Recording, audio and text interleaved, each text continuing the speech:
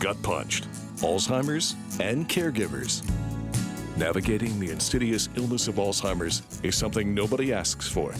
The disease sneaks up on you and your loved one, and it feels like you've been sucker punched in the gut.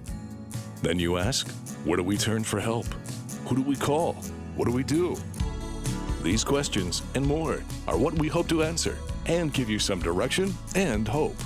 Now let's join our host, Jeff Edwards.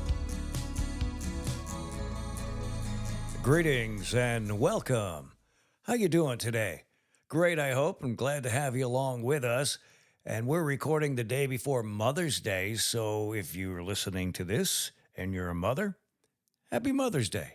This week, along with some good information on caregiving, we'll be highlighting two features, one in the news and celebrities, and then we'll be doing that just a little bit. So what are the two rules we follow? Well, one, you have to take care of yourself, because if something happens to you, who's going to take care of your loved one? And two, you can't do it alone. You need help.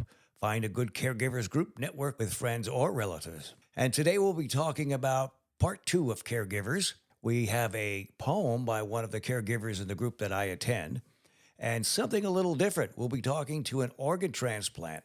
He didn't have one, he had two, a heart and a kidney. And we'll see how it connects to the illness of Alzheimer's and caregivers. Well, you know, we always talk about caregivers and caregiver groups. I did attend a meeting yesterday, and I'm thankful that I did. It's really helpful to be able to go and join other men who are experiencing the various stages of decline with their loved one. And you learn a lot, and you share a lot. And that's an integral part of going through the process, because what do we say? You can't do it alone. To be able to participate and share information. Well, yesterday, there was a gentleman who I didn't recognize. I'm not sure if he's been there all the time or not. Told us he has written a couple poems, and he wanted to share one with us. It was really impactful. If you are not going through this yourself, it may not make a lot of sense, but if you are, you'll understand it. It's called Misunderstood. Angry tone that's not able to compromise.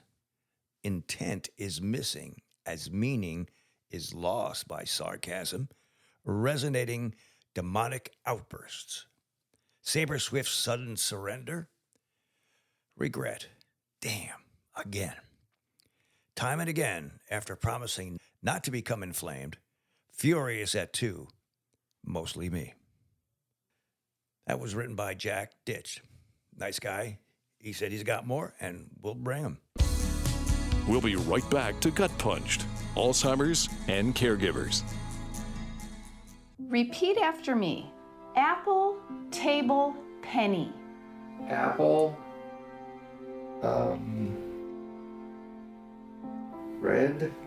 When you tell people he has Alzheimer's, but he's in a clinical study, it's not so hopeless. Yeah. Maybe, you know, it's like, I hope we can just hang in there and maybe they'll find something, you know. Ask me again. What season is it? It's when all the leaves down and I know it's there, but I can't get it. Yeah. And it just kills me. I remember watching Dad interact with the kids and thinking, geez, in 5, 6 years, will he even know who they are? 1 in 10 Americans over 65 has Alzheimer's disease. Learn more today at brightfocus.org. This is Gutpunched, Alzheimer's, and Caregivers. Well, last episode, we were talking about the challenges, changes in communication skills. And this week, we'll do part 2 of challenge, changes in personality and behavior. Because AD causes brain cells to die, the brain works less well over time. Now, this changes how a person acts. You'll notice that he or she will have good days and bad days. And some of the common personality changes you might see: getting upset, being worried, or becoming angry more easily. Also, acting depressed or not interested in things, maybe even hiding things or believing other people are hiding things, imagining things that aren't there, wandering away from home, pacing a lot, walking around the house, pacing, showing unusual sexual behavior, hitting you or other people, misunderstanding what he or she sees or hears. Also, you may notice that the person stops caring about how he or she looks, stops bathing, and wants to wear the same clothes every day. Now, other factors that may affect how people with AD behave, in addition to the changes in the brain, following things may affect how people with AD behave. How they feel, like sadness or fear or feeling of being overwhelmed. Stress caused by something or someone. Confusion after a change in routine, including travel. Anxiety about going to a certain place. And then there's health-related problems like illness or pain, new medications, lack of sleep, infections, constipation, hunger or thirst, poor eyesight or poor hearing, alcohol abuse, or too much caffeine. Now, problems can occur in their surroundings, like being in a place he or she doesn't know very well, or too much noise, such as TV, radio, or many people talking at once. Noise can cause confusion or even frustration. Stepping from one type of flooring to another. You wouldn't think that, but yeah, it makes a difference. The change in texture or the way the floor looks may make the person think he or she needs to take a step down. Misunderstanding signs. Like, some signs may cause confusion. For example, one person with AD thought a sign reading wet floor meant he should urinate on the floor. You don't want to do that. Mirrors. Sometimes people with AD may think a mirror image is another person in the room, and that will confuse them. Yeah. Now, how do you cope with personality and behavior changes? Well, here are some ways to cope with changes in personality and behavior. You want to keep things simple. Ask or say one thing at a time. Have a daily routine so the person knows when certain things will happen. Reassure the person that he or she is safe and you are there to help.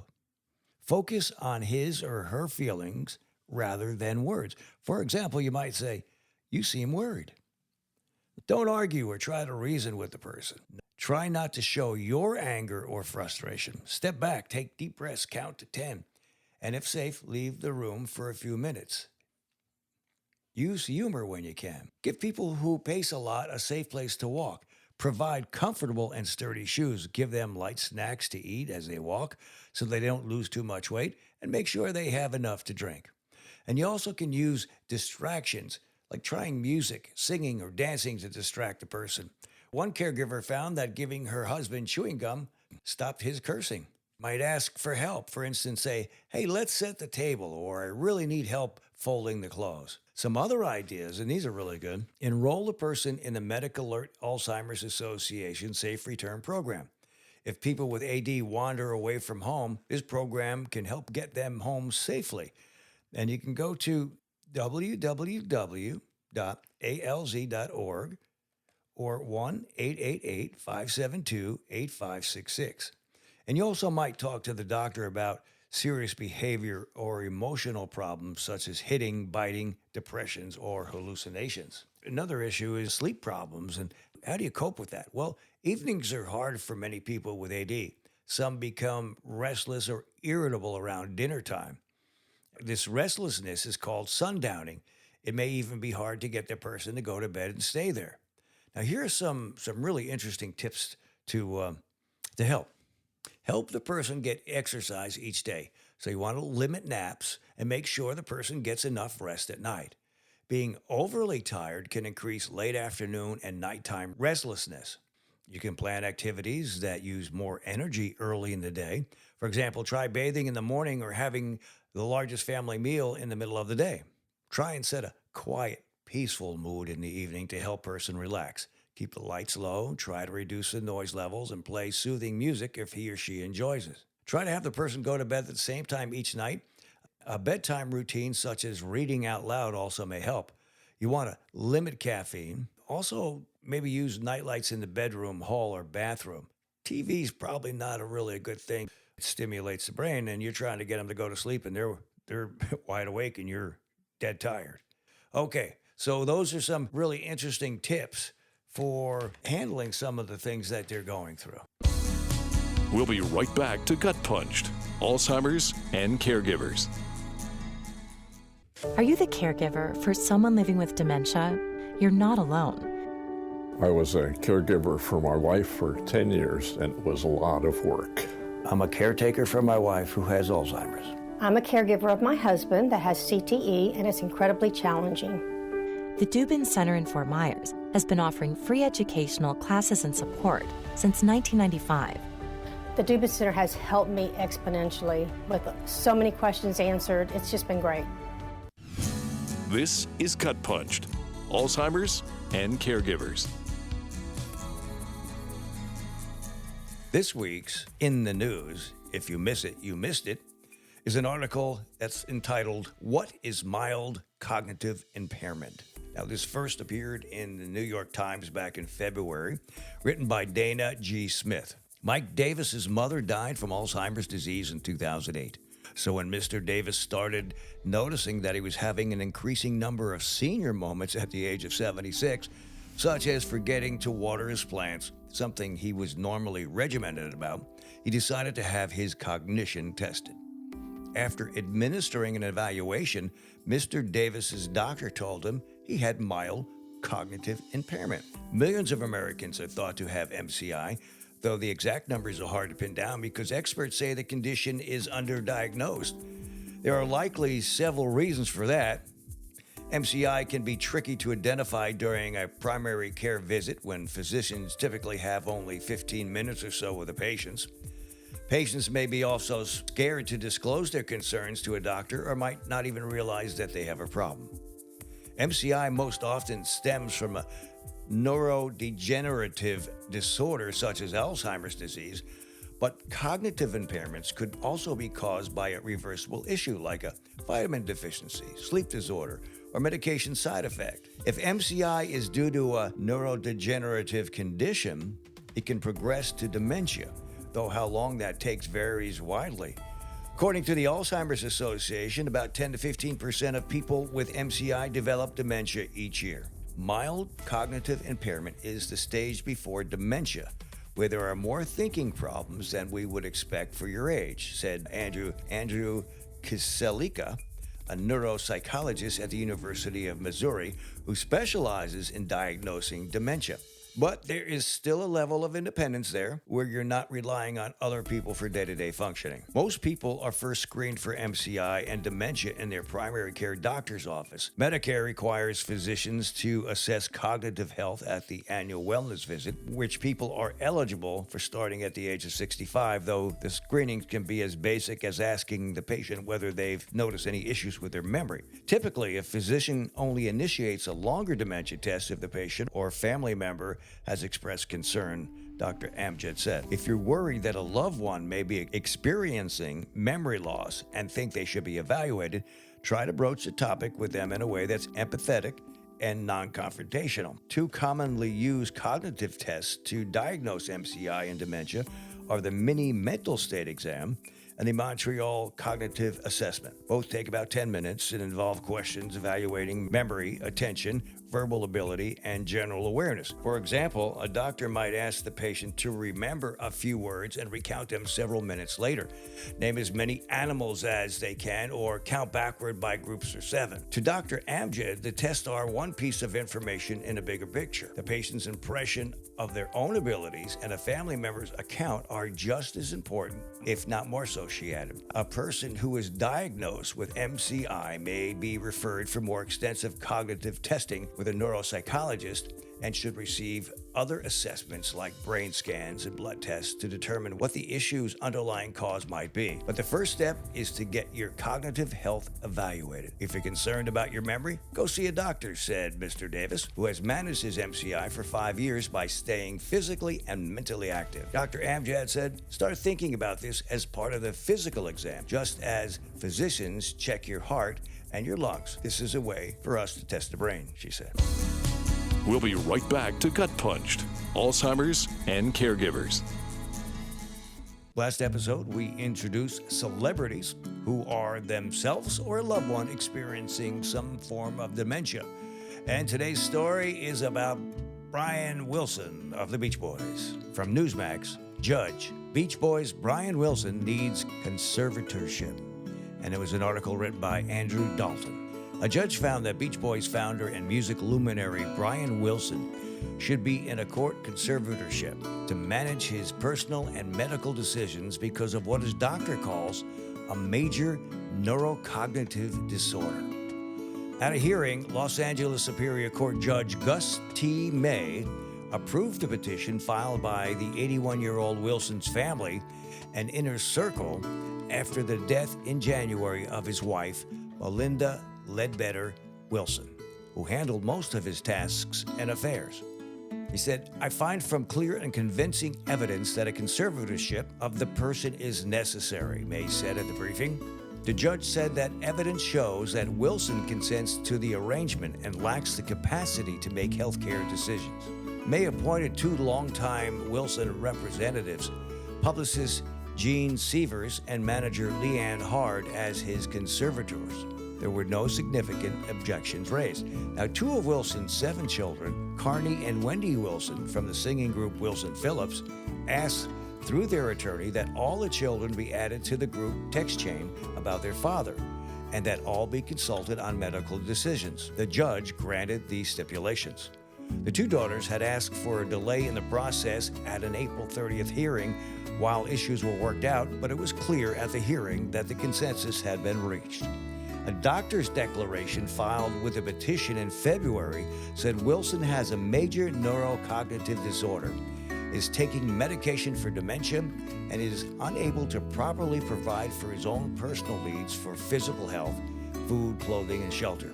Sievers and Hard had a close relationship with Wilson and his wife for many years.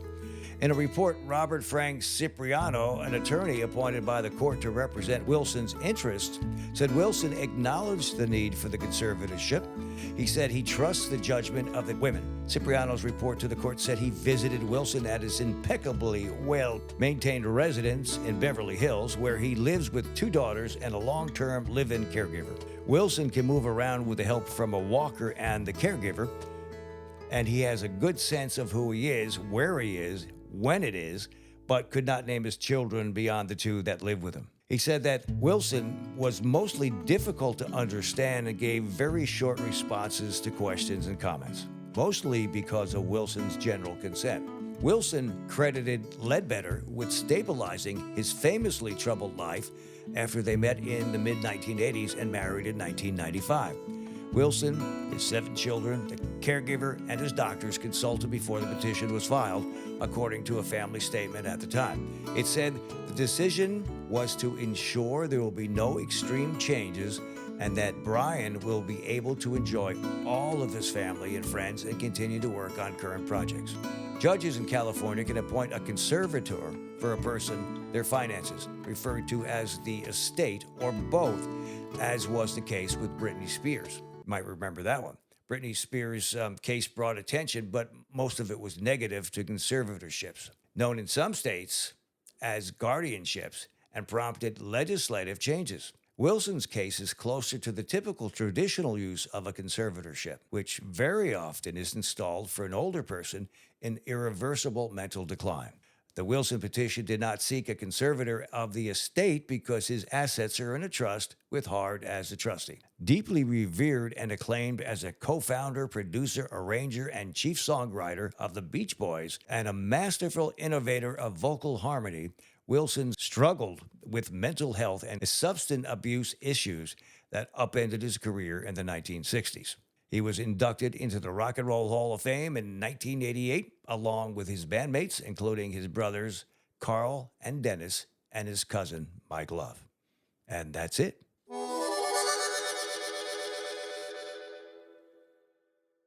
Well, in just a little bit, I'll be talking with BJ Odom, the man with many talents, a longtime on-air radio personality and a stand-up comic. But his biggest success has been surviving an organ transplant. Not 1, but 2. The first was a heart transplant, and the second was a kidney transplant. He currently hosts 2 podcasts, one with his old radio partner, Bill, as they bring back zaniness and then explore current day activities. But his second podcast that just started recently is called The Gift of Life, the Organ Transplant Podcast, We've known each other for many years, so let's let him tell you his story. Hello, BJ. How you doing tonight? I'm doing good. Thanks so much for having me. And how the whole thing actually got started.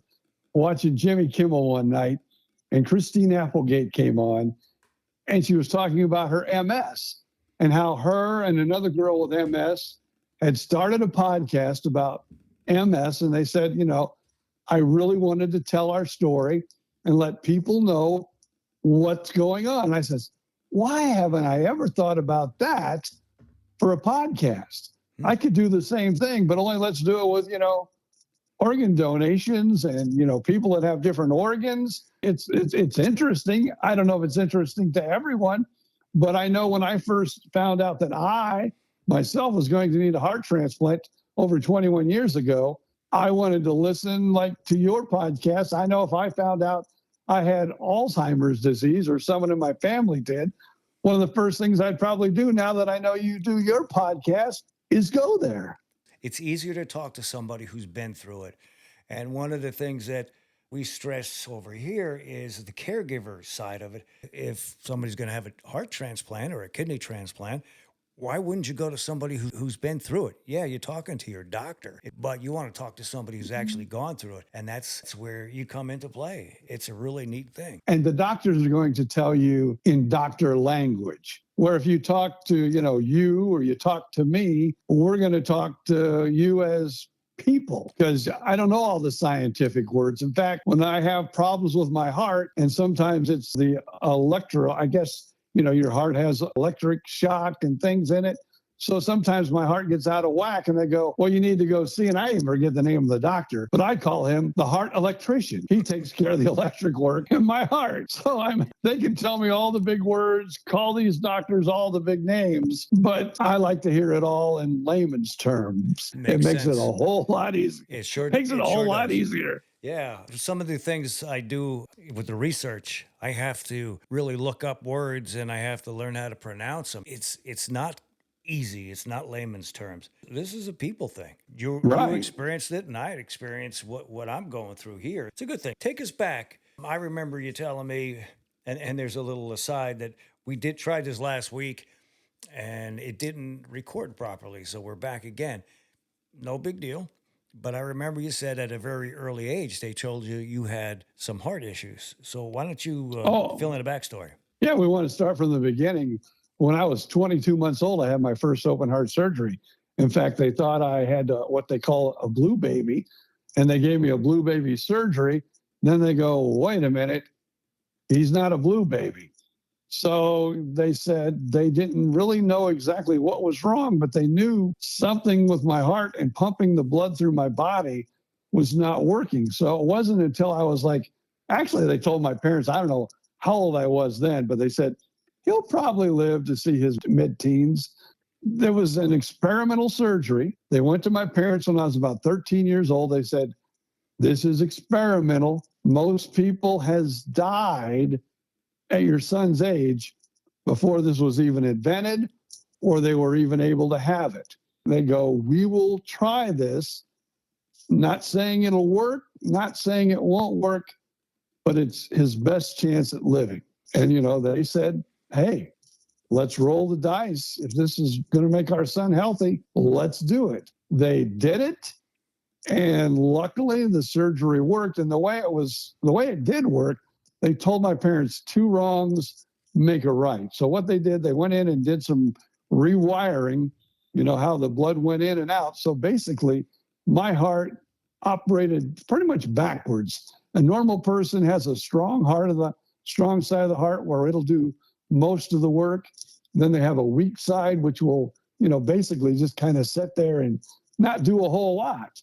Well, the way they had to rearrange my heart, the part that did hardly nothing at all was the one that was doing all the hard labor. So by the time I reached 50 years old, my heart said, okay, I'm done.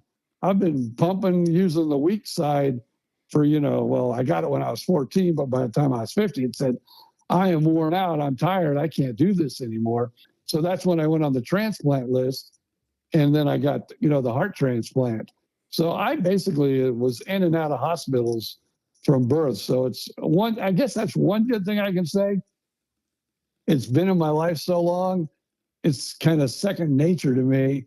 It doesn't even faze me anymore. Most people, are worried about stress tests where, I get the whole heart cath like once a year just to make sure everything's running right. They do a biopsy to make sure that I'm not rejecting. Hospitals and me, we're pretty similar. Yeah. I always say, just another day in the office. What you've been able to do, because you've been doing this for a long period of time. When we look at people who have dementia or Alzheimer's, everyone's a little bit different and every person's a little bit different. This is something that comes on usually later in life. And so they're not necessarily prepared for what they're going to have to go through. And it takes a long time. It's not like we can go in and say, okay, brain transplant. It becomes a lifestyle and a way to live and a way to try to slow it down the best you can and still be healthy. In your case, if you don't have a heart, you're done. Yes. With dementia, they can live for a long period of time. It's just that they can't think, they can't talk. It just depends on the strain that you've got. But it's kind of a slow thing where we can't do that. But now they're making strides. There was something on 60 Minutes a couple months back, and you can check it out on YouTube. They have the $1 million halo. If you look that up, how they're experimenting, pushing the drugs that they're using to help eat away the plaque into the brain directly. In a couple of cases, they cleared all the plaque out of the person's brain. Now, the person had to relearn a lot of different things, but they are making progress. So there's research and there's hope, just as there is in heart surgery or kidney surgery. Now, when did you have your kidney surgery? 2015 was the kidney. And that's another thing with transplants. A lot of the anti-rejection drugs, for some reason or another, they're strong on they're strong on the kidneys. I ended up after, I got it in 2003, the heart. And then by, 2014, I needed a kidney, got that in 2015. A lot of people that have had transplants have the same problem, and I know with a heart, you need to take a little bit higher dose than you do with maybe a kidney. But I know the heart is a little bit more you have to take in the beginning, a little bit harder doses. So, it definitely did some damage to the kidney. Mm-hmm. And there's a lot of other transplant patients that, had to go through the same thing. They got one thing fixed, then, they end up needing a kidney transplant down the road. So when you went through these operations, how much care was given to you? Obviously, you were probably in the hospital especially for the heart transplant for a period of time. But what about when you got home? How did you care for that? Well, it's funny, too, because you were talking about that, you being the caregiver to your wife. Mm-hmm. And I'm actually going to interview my wife in a few weeks on my podcast. Good idea. Because she was my caregiver. And some of the things you go through when you get a transplant is they actually interviewed me because they don't want to give, like a heart to someone who's a wackadoo job. Why would you give someone a heart that's, suicidal or anything like that? They talked to me, and then they had to talk to my wife, and they basically asked her, is your husband suicidal? And she says, no. But again, they don't want to give an organ to someone who would be suicidal or sure. someone who's, crazy. And then another thing, of course, they interviewed her about, are you willing, because you got to have, as in Alzheimer's, a caregiver. When you first come out of the hospital, you're in the hospital for a couple of weeks, but then we pretty well lived in Tampa for 2 months after that because we kept having to go back every week to check, make sure I wasn't, rejecting, blood test.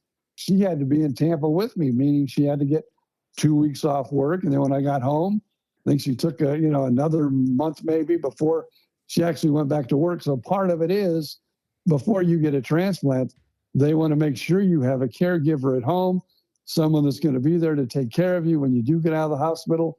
It's quite an ordeal for the first few months. But yeah, you do need somebody to help provide the care and the love that you need.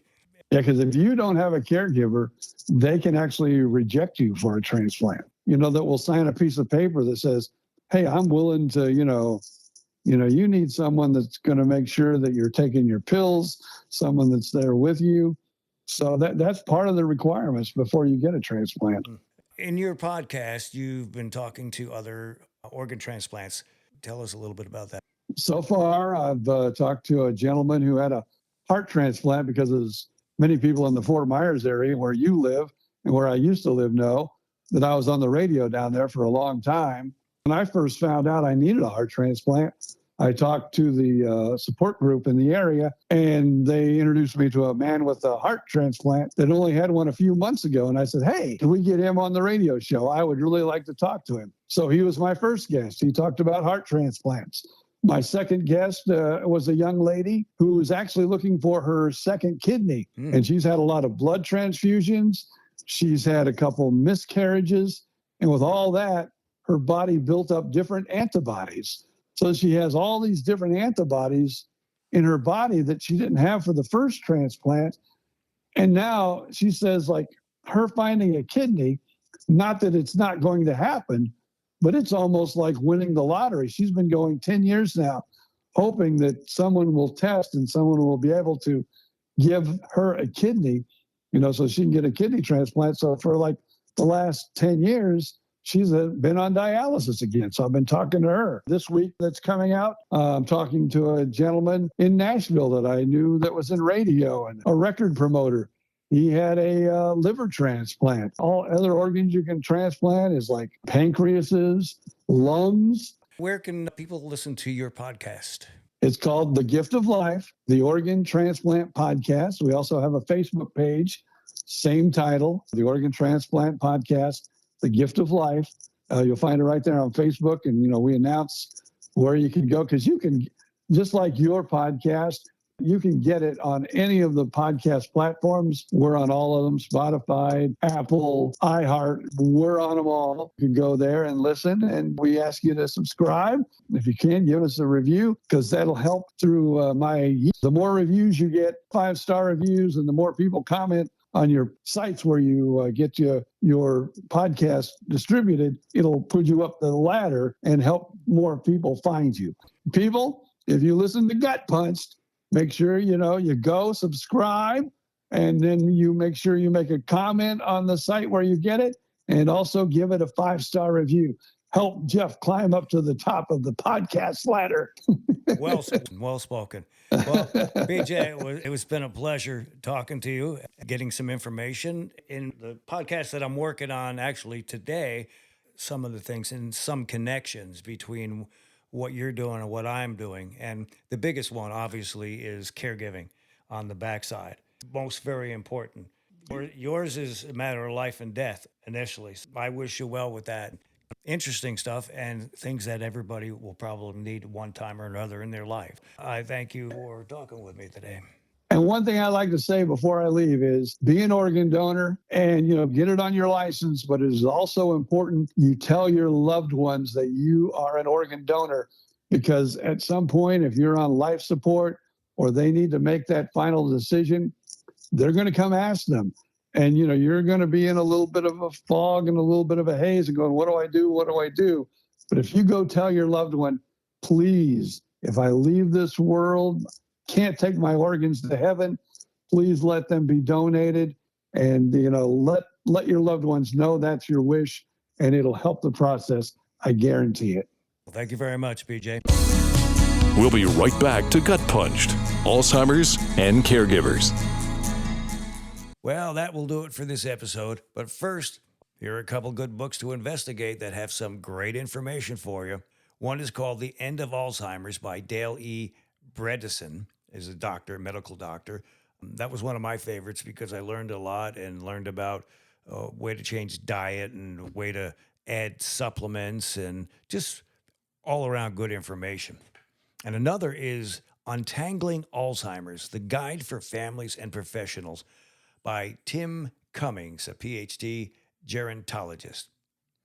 We hope that if you know someone who has a family member or friends who are dealing with a loved one who has Alzheimer's or any type of dementia, that you would let them know about this podcast.